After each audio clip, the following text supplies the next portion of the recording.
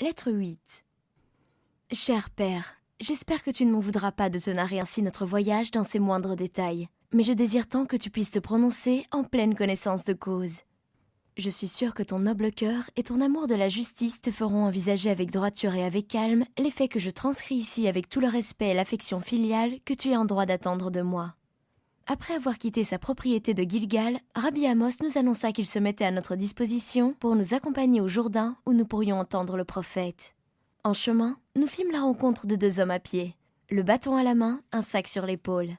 L'un d'eux fit une profonde référence à Rabbi Amos, qui est fort respecté autant pour sa bonté que pour ses fonctions de prêtre. « Où vas-tu avec tant de hâte, ami Lévi ?» demanda mon oncle en répondant à son salut. « Peux-tu donc abandonner maintenant ta charge de péager pour courir au désert ?»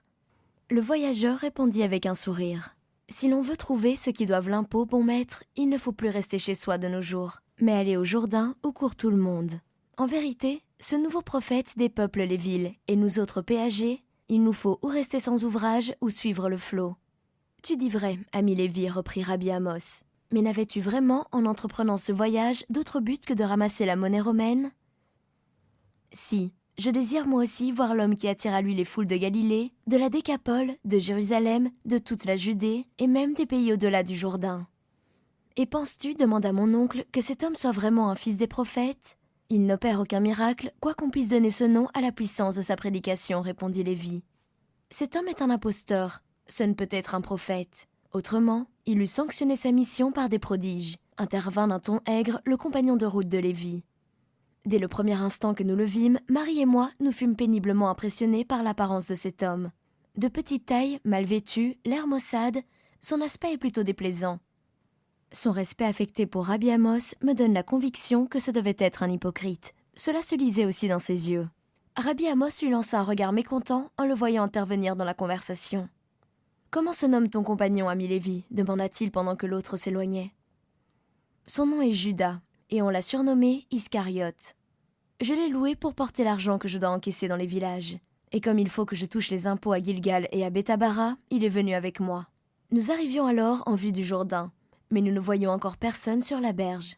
Comme nous nous étonnions de ne pas apercevoir trace de rassemblement, nous rencontrâmes un cavalier venant du nord, qui vit notre étonnement et demanda si nous n'étions pas à la recherche de Jean-Baptiste. Sur notre réponse affirmative, il nous apprit, ce que nous supposions du reste, que Jean baptisait à Bethabara. Il ajouta qu'il y avait là 8000 personnes environ.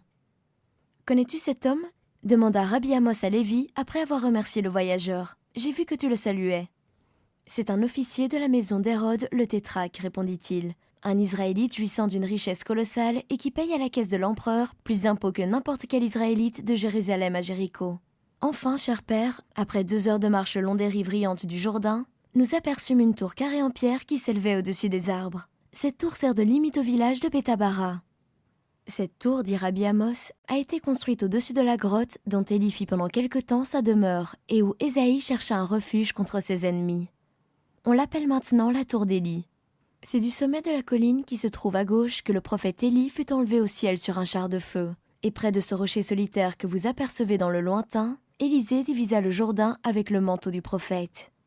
Nous arrivâmes ensuite à l'entrée d'un bois, et je vis alors un spectacle qui me frappa vivement, car c'était pour moi quelque chose de nouveau et d'imprévu. Près de la berge du Jourdain, non loin de Bethabara, se trouvait une pente couverte d'une multitude immense d'hommes, de femmes et d'enfants.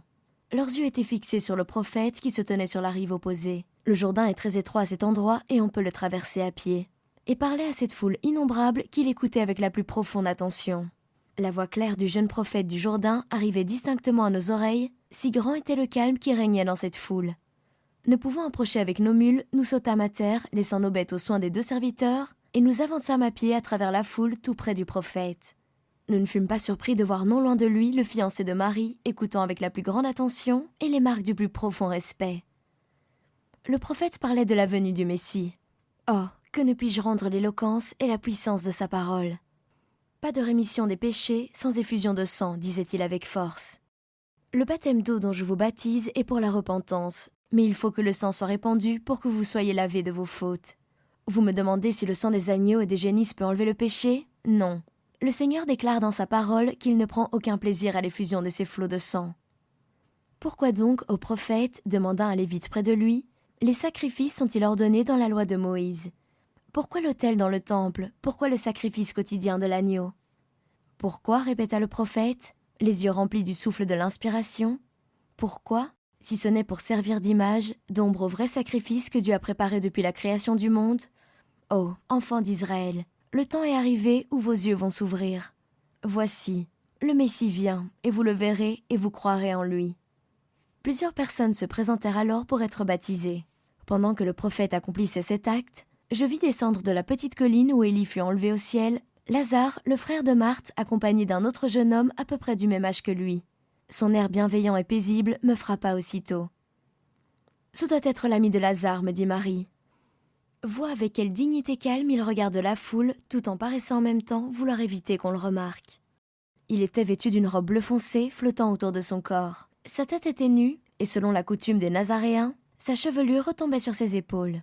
Il ne ressemblait à aucun des autres hommes, et la majesté et la douceur empreintes sur son visage attiraient mes regards. À ce moment, le prophète aperçut le nouvel arrivant. Je vis alors ses traits changer d'expression. On eût dit qu'il voyait devant lui un ange descendu du ciel. Ses yeux s'illuminèrent et ses lèvres remuèrent, mais sans proférer aucun son. Alors, étendant les mains dans la direction de l'étranger, il resta pour un instant dans cette pose pareille à une statue. Et soudain, avec la force de la trompette de l'Horeb, sa voix se fit entendre. « Voyez !»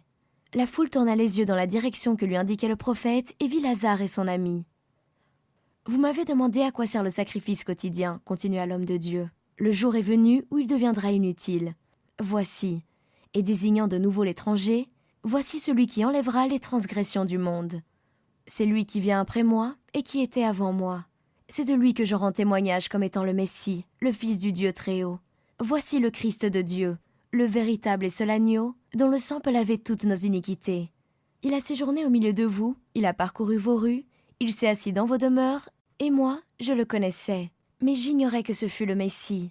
Aujourd'hui, Dieu me révèle qu'il est celui qui doit racheter Israël. » Quand le prophète eut achevé ces mots avec une émotion qui gagna chaque cœur, je vis l'étranger s'avancer vers lui. Il était seul. Lazare, entendant ces paroles, était tombé la face contre terre, aux pieds de celui qu'il avait considéré jusqu'alors comme un simple ami. L'attente se fit plus intense dans la foule, dont les regards suivaient la marche du mystérieux inconnu. Son visage était calme, mais pâle et grave. Jean, le cousin de Marie, le voyant approcher, s'agenouilla et courba la tête en signe de respect. Ceux qui se trouvaient sur sa route s'écartèrent, lui laissant libre accès vers le prophète. Il avança lentement, un certain air d'humilité voilant l'aspect princier de sa démarche.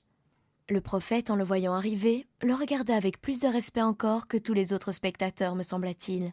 « Que désires-tu de ton serviteur Messie, prophète de Dieu, puissant pour sauver ?» demanda-t-il la voix tremblante, comme l'étranger faisait quelques pas dans l'eau à sa rencontre. « Je veux que tu me baptises, » répondit doucement une voix qui fut entendue de tous les rangs de la foule. « Jamais, oh jamais je n'oublierai le son de cette voix frappant mes oreilles. »« C'est toi qui devrais me baptiser, et tu viens à moi ?» demanda le prophète humblement avec un regard rempli d'étonnement. « Il est nécessaire d'accomplir tout ce qui est juste, » répondit le Messie d'un ton bienveillant. Alors le prophète s'avança, mais de l'air de quelqu'un qui doute encore, et avec les signes du plus profond respect, il le baptisa en présence de tout le peuple de ce même baptême qu'il donnait à ses disciples. Quand l'étranger sortit de l'eau, nous entendîmes sur nos têtes comme un grondement de tonnerre, bien qu'il n'y eût dans le ciel aucun nuage. Et comme nous regardions avec effroi, nous aperçûmes une lumière beaucoup plus resplendissante que le soleil qui éclaira la tête du Messie. Certains disaient qu'il tenait, d'autres que c'était un éclair. Mais, juge de notre étonnement à tous, en voyant au milieu de cette lumière se former comme une colombe de feu dont les ailes déployées semblaient couvrir la tête du Christ, tandis qu'une voix puissante comme celle du tonnerre prononçait ces paroles qui furent comprises de chacun. « Celui-ci est mon fils bien-aimé, en qui j'ai mis toute mon affection. » Chacun était pâle de stupeur et considérait son voisin, se demandant ce que cela voulait dire. Quand la voix puissante eut prononcé ces mots, la lumière s'évanouit, la forme de la colombe disparut dans les cieux, laissant comme un reflet de la gloire divine planant sur ce Fils de Dieu. Lui seul paraissait calme et tranquille au milieu de ces prodiges, et, après avoir remonté la rive, il disparut soudain à nos regards. Quand la foule, revenue de son étonnement, voulut chercher celui qu'elle savait maintenant être le Christ, personne ne put le trouver. Il s'était soustrait à ses hommages. « Écris-moi bien vite, cher père, ce que tu penses de tout cela. Pour moi, je partage l'émotion de tous les spectateurs de cette scène si émouvante et si extraordinaire. Ton affectionné, Adina. »